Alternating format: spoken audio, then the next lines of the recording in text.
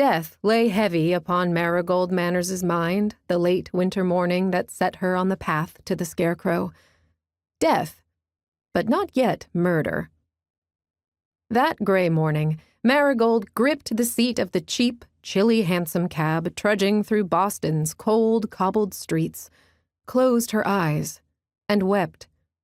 Quietly, intensely, briefly. One didn't want to give way to emotion, or make too much of oneself, nor ruin one's looks. Not now, when she needed to preserve every advantage she might have. Because the gold that had given its name to the age had tarnished into tinsel. Her gilded youth had come to an abrupt, inconvenient end. Today, she would count the family lawyers amongst the crowds of Horace Greeley's idlers and imbeciles, for they did not give her such sage advice as Mr. Greeley, and even his advice was sadly lacking. Why did no one ever say, "Go west, young woman"?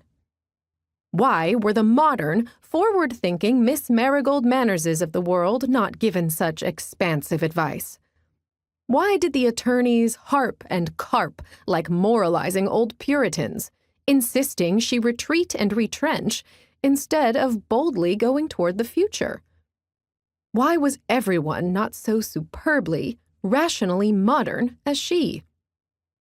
Marigold dried her eyes, paid the driver from her dwindling purse, and stepped over the late-season slush on Fenway's Park Drive, quite determined to forge her own path forward, to do what she was meant to do, and let the world learn to catch up.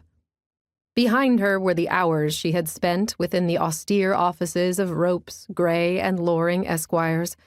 Before her stood a tall, handsomely appointed townhouse, the door flung wide in welcome. It was a wonderful thing to have rich friends. "How was the reading, darling?" Her confidant and dear friend, Isabella Dana, kissed her cheek and swept her into the townhouse's opulent, cocooning warmth. "Dreadful," Marigold admitted. "Nearly as dreadful as the funeral." She unpinned her black velvet hat with the chicly netted mourning veil. There was no excuse for looking dreadfully unfashionable, no matter the dreadful occasion. To better let herself be cocooned. "In fact, I've quite resolved never to have one of my own. Neither a funeral nor a will to read out." "But you'll have to have a will now that you're an heiress," Isabella soothed as she steered Marigold toward the elegant sitting room.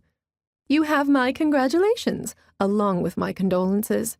I've poured sherry." "That, dear Isabella. Oh, thank you.